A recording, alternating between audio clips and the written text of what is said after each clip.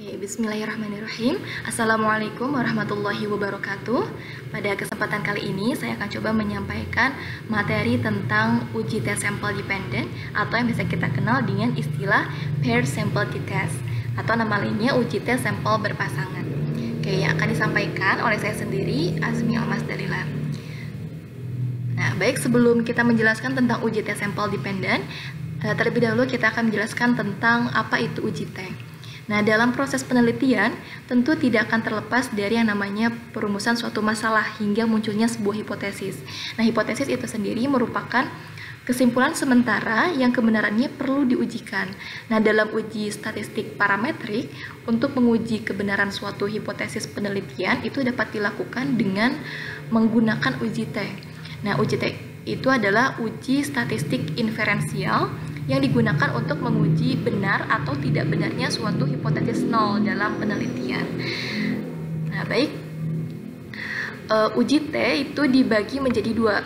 Ada uji T 1 sampel dan ada uji T 2 sampel. Nah, uji T 2 sampel ini dibagi lagi menjadi dua bagian. Ada uji T 2 sampel berhubungan atau dependent dan ada uji T 2 sampel terpisah atau independen. Nah, kita coba perhatikan untuk uji T 2 sampel berikut ini. Nah, uji T 2 sampel ini dilakukan dengan membandingkan dua rata-rata dari dua kelompok.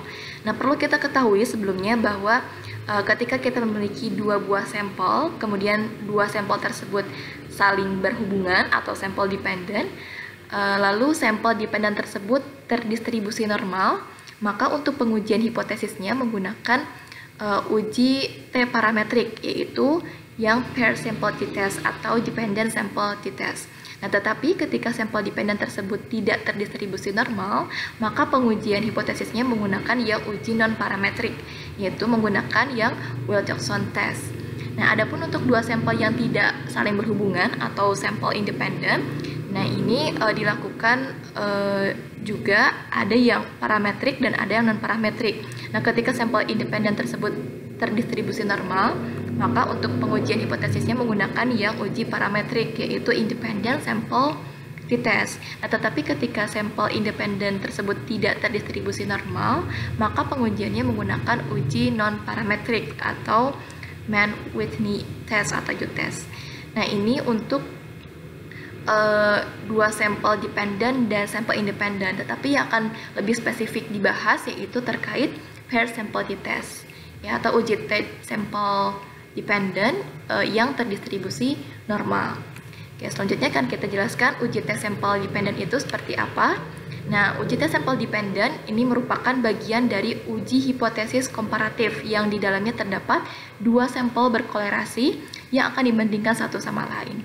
Nah, fungsinya itu tentu untuk membandingkan selisih dari dua rata-rata yang berasal dari dua sampel berpasangan dan memiliki asumsi bahwa data tersebut telah terdistribusi normal. Nah, itu untuk uji T sampel dependent. Nah, untuk sampel dependent itu seperti apa? Nah, sampel dependent itu sampel yang keberadaannya saling mempengaruhi satu sama lain atau saling berkolerasi. Nah, sampel berpasangan tersebut ini merupakan sebuah kelompok sampel dengan subjek atau individu yang sama, tetapi diberikan dua perlakuan yang berbeda. Contohnya seperti skor pretest dan posttest. Nah, jadi ketika ada sebuah kelompok siswa, nah kemudian diberikan dua perlakuan di awal berupa pretest dan perlakuan di akhir berupa posttest. Nah, jadi skor pretest dan posttest ini diberikan kepada siswa yang sama gitu atau individu yang sama. Nah, itu yang dikatakan dengan sampel dependent.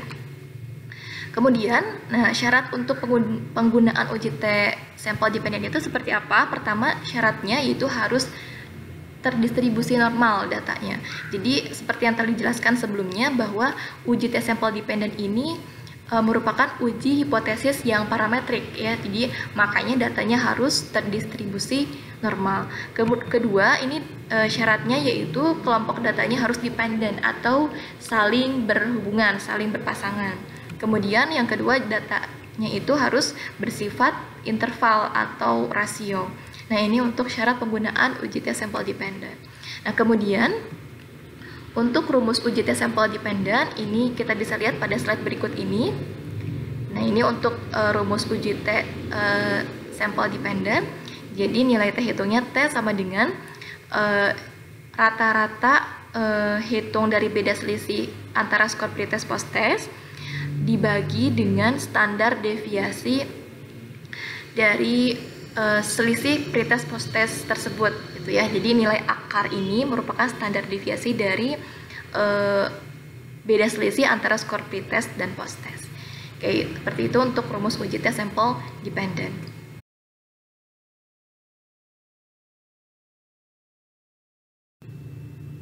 Nah, selanjutnya akan sedikit dibahas tentang kesalahan dalam pengambilan suatu keputusan. Nah, jadi dalam uji statistik terdapat dua tipe kesalahan dalam pengambilan suatu keputusan. Pertama ada kesalahan tipe 1.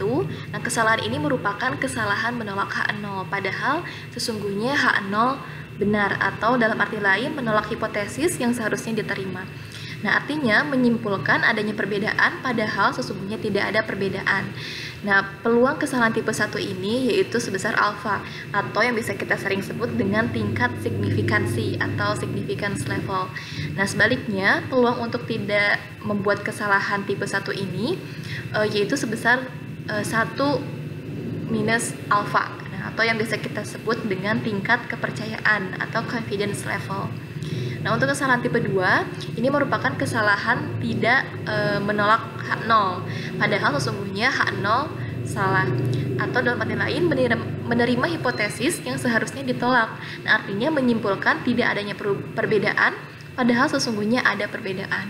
Nah, peluang untuk membuat kesalahan tipe 2 ini yaitu sebesar 1 minus beta, yang bisa kita kenal dengan istilah tingkat kekuatan uji atau power of the test.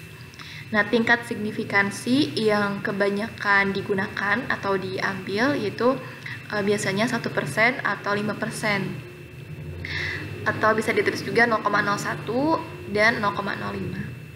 Nah, itu untuk kesalahan dalam pengambilan keputusan. Nah, kemudian hasil uji T sampel dependent ini bisa ditentukan dengan dua cara. Pertama yaitu berdasarkan T hitung dengan T tabel, yang kedua berdasarkan nilai signifikansi. Nah, untuk yang pertama ini berdasarkan nilai T hitung dan T tabel. Jadi biasanya kita cari dulu nilai T hitungnya berapa, kemudian dibandingkan dengan nilai T tabelnya.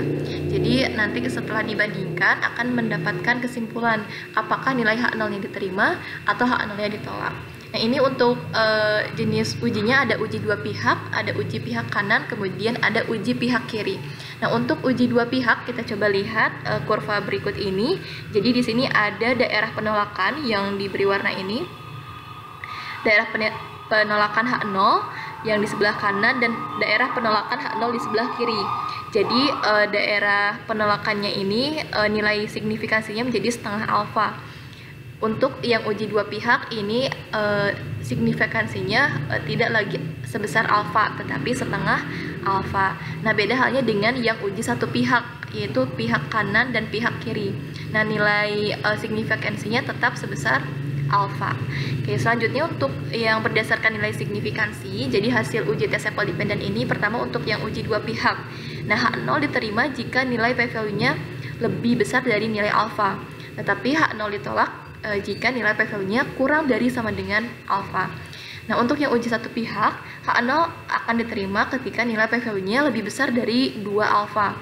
Adapun H0 ditolak yaitu ketika nilai p-value-nya kurang dari sama dengan 2 alfa.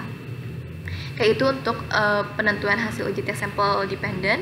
Kemudian selanjutnya kita akan coba lihat untuk contoh kasus. Jadi terdapat seorang peneliti yang akan melakukan penelitian tentang penerapan model ProBHL atau Problem Based Hybrid Learning dengan menggunakan metode penelitian pre-eksperimental. Nah, untuk menguji signifikansi perbedaan nilai peserta didik saat kondisi sebelum dan sesudah dilaksanakannya model ProBHL tersebut, nah peneliti ini melakukan penelitian terhadap 32 siswa SMA MIPA yang merupakan hasil dari teknik random sampling. Jadi sebelum mengikuti proses pembelajaran ProBHL, peneliti memberikan perlakuan di awal kepada siswa berupa pretest, kemudian diberikan perlakuan di akhir berupa post-test setelah mengikuti pembelajaran menggunakan model ProBHL. Jadi peneliti ingin mengetahui apakah model pembelajaran ini menjadikan atau terdapat perbedaan yang signifikan antara sebelum dengan sesudahnya diberikan model ProBHL seperti itu. Nah, untuk kasus ini kita gunakan taraf kepercayaan 95% untuk menguji pernyataan hipotesisnya. Oke, kita coba lihat di sini ada data hasil pretest post-test dari 32 sampel. Nah, jadi ketika kita sudah mendapatkan hasil pretest post-test siswa atau sampel, nah kita uji normalitas dulu, apakah data tersebut terdistribusi normal atau tidak terdistribusi normal.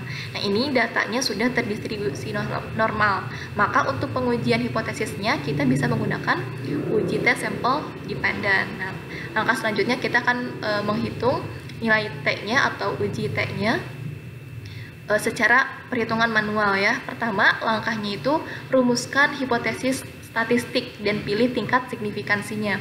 Nah, untuk H0-nya yaitu μ1 sama dengan μ2.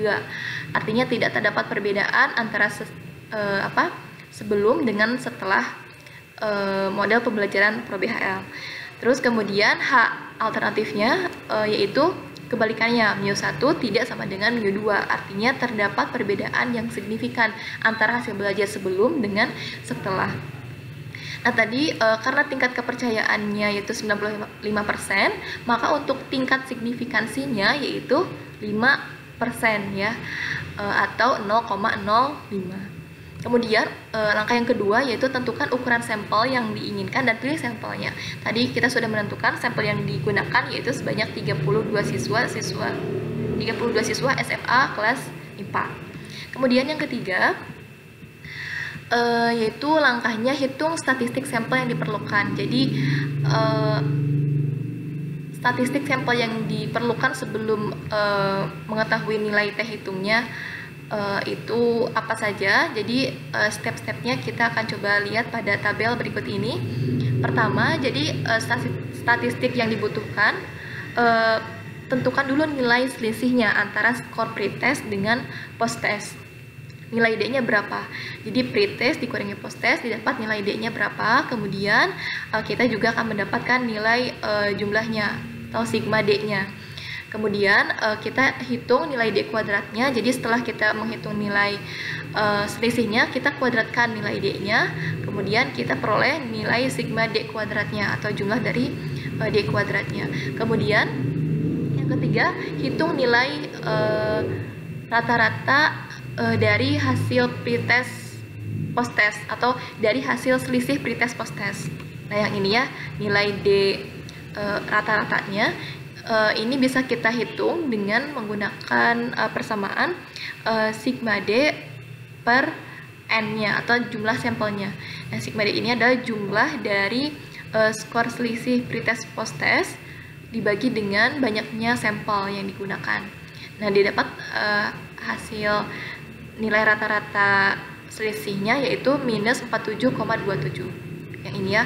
Kemudian yang keempat yaitu hitung nilai standar deviasi rata-rata selisih skor pretest post-test tersebut. Jadi untuk mencari nilai standar deviasi ini kita menggunakan persamaan rumus yang berikut ini, yaitu akar dari sigma D kuadrat dikurangi sigma D kuadrat dibagi jumlah sampel dibagi jumlah sampel dikali dengan jumlah sampel dikurangi 1. Nah, diperoleh nilai standar deviasinya yaitu 1,27 yang ini ya. Jadi ini tabel kalau digunakan di Excel ini akan jauh lebih mudah ya. Kemudian yang kelima yaitu kita bisa menentukan nilai T hitungnya. Nah, baru setelah kita mendapatkan nilai standar deviasi, kemudian nilai rata-rata selisih skor pretest post-test, kita bisa menentukan nilai T hitungnya yaitu sebesar minus 37,31. Nah, kemudian setelah T hitung diperoleh, kita tentukan nilai T tabelnya berapa. Di sini nilai T tabelnya adalah 2,03951. Nah, untuk menentukan nilai T tabel, kita lihat pada slide berikut ini. Nah, di sini ada tabel T dengan nilai signifikansi 5%. Nah, pertama kita lihat untuk nilai alfanya tadi karena kita uji dua pihak ya, jadi kita menggunakan yang setengah alfa. Alfanya 0,05 karena setengah berarti menjadi 0,025 ya. Kemudian kita lihat, nah pada degree of freedom atau derajat kebebasannya 31 dengan persamaan DF itu sama dengan jumlah sampel dikurangi 1. Tadi jumlah sampelnya 32, kemudian dikurang 1 menjadi 31. Kemudian diperoleh nilai T tabelnya yaitu 2,03951.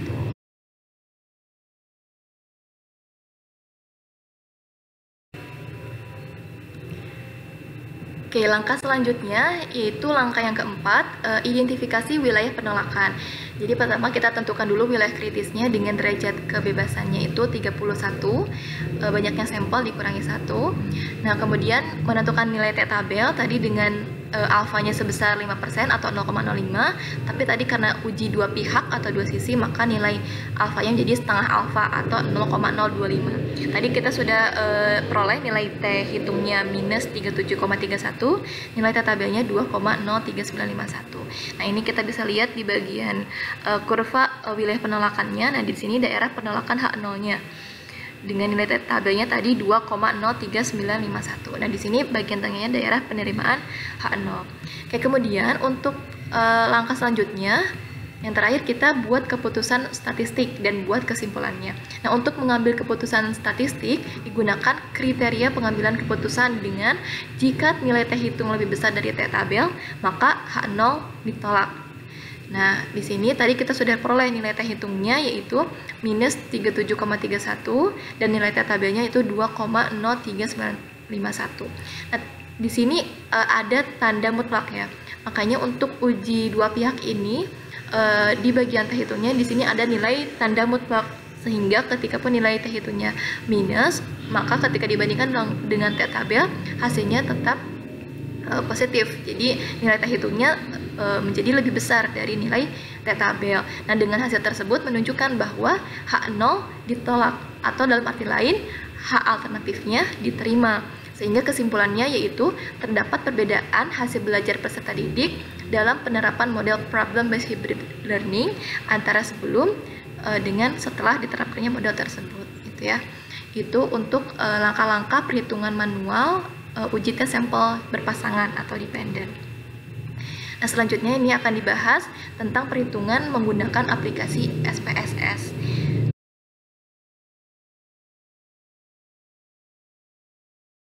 Nah, pada perhitungan selanjutnya yaitu menggunakan aplikasi SPSS, nah kita akan gunakan pada contoh kasus sebelumnya yang sudah kita uji dan kita sudah hitung nilai T hitungnya menggunakan perhitungan manual. Nah, sekarang kita akan uji menggunakan perhitungan statistik atau aplikasi SPSS ini. Nah, langkah pertama yang harus kita lakukan yaitu kita tentu buka terlebih dahulu aplikasi SPSS dan tampilan awalnya akan seperti ini. Nah, kemudian kita identifikasi variabel apa saja yang akan kita gunakan atau yang akan kita input. Nah, kita klik bagian variable view di bagian bawah ini. Nah, kemudian di sini akan muncul beberapa value seperti nama, tipe, desimal, label, dan seterusnya. Nah, kita gunakan pada bagian nama yang pertama ini pretest, kemudian kedua posttest. Kemudian yang desimal ini kita buat menjadi 0 dua-duanya, dan label yang pertama ini kita tulis sebelum menerapkan model ProBHL. Nah, kemudian label yang keduanya setelah menerapkan model ProBHL. Nah, kemudian ini kita biarkan, dan untuk yang bagian pengukurannya ini kita menggunakan scale, dua-duanya kita ubah menjadi scale seperti itu. Nah, untuk variabel yang akan digunakan ini sudah kita input. Nah, kemudian kita ingin menginput data. Nah, untuk menginput data sampelnya itu kita bisa klik bagian data view. Kita klik di sebelah kiri bagian variable view. Nah, di sini akan kita input sampel yang akan kita gunakan apa gitu ya. Kita klik. Nah, di sini terdapat 32 sampel yang digunakan dengan hasil pretest posttestnya. Nah, sekarang kita akan melakukan uji tes sampel dependent. Caranya pertama kita klik bagian analyze. Nah, di sini ada bagian analyze, kita klik.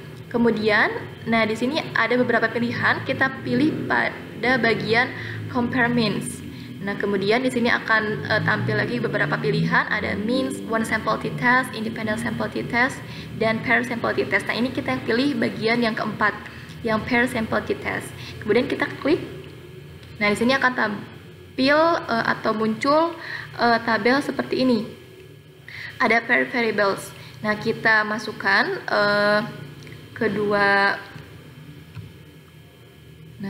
kita masukkan untuk yang kedua bagian kiri ini ke tabel yang sebelah kanan, ke pair yang variables. Kita klik. Nah, setelah itu kita pastikan terlebih dahulu apakah presentasi yang kita gunakan 95% atau tidak. Kita klik bagian option. Kemudian di sini bagian option ada ini ya, persentase confidence intervalnya. Nah, di sini sudah tertera 95%. Nah, berarti sudah sesuai. Kemudian kita klik continue jika sudah sesuai. Kemudian kita klik OK. Nah, maka akan terlihat tabel hasil uji tes sampel dependent. Nah, ini outputnya ada 3 tabel. Tabel pertama itu ada pair sample statistik, kemudian ada pair sample correlation, dan ada pair sample test. Nah, untuk yang pair sample statistik, ini kita bisa lihat bahwa nilai rata-rata sebelum menerapkan model ProBHL itu sebesar 36,01 dengan standar deviasinya itu 6,098. Adapun untuk yang rata-rata setelah menerapkan model ProBHL itu sebesar 83,34. Nah, dengan standar deviasinya 5,901. Nah, itu untuk tabel yang pair sample statistik. Nah, untuk melihat nilai T hitungnya, ini kita bisa lihat di bagian tabel ketiga yang pair sample test. Di sini ada nilai T hitungnya yaitu sebesar minus 36,136 dengan derajat kebebasannya 31. Nah, di sini nilainya minus ya, tetapi tadi kita ingat untuk uji dua pihak itu atau two tail ini ada tanda mutlaknya, sehingga ketika dibandingkan dengan nilai T tabel itu nilainya tetap positif, dan hasilnya ternyata nilai T hitung ini lebih besar nilainya daripada nilai T tabelnya. Oke, kita coba lihat di slide sebelumnya. Nah, ternyata sama ya, jadi untuk nilai T hitung itu besarnya lebih besar ya, nilainya lebih besar daripada nilai T tabel, sehingga kita bisa menarik kesimpulan bahwa H0-nya ditolak atau H alternatifnya diterima. Kesimpulannya yaitu terdapat perbedaan yang signifikan antara sebelum dan setelah menerapkannya model pembelajaran ProBHL atau Problem Based Hybrid Learning pada kelas 11 siswa SMA. Nah, jadi sama antara perhitungan manual dengan perhitungan melalui aplikasi SPSS. Nah, mungkin itu saja yang saya sampaikan. Terima kasih atas perhatiannya. Mohon maaf atas kesalahan. Wassalamualaikum warahmatullahi wabarakatuh.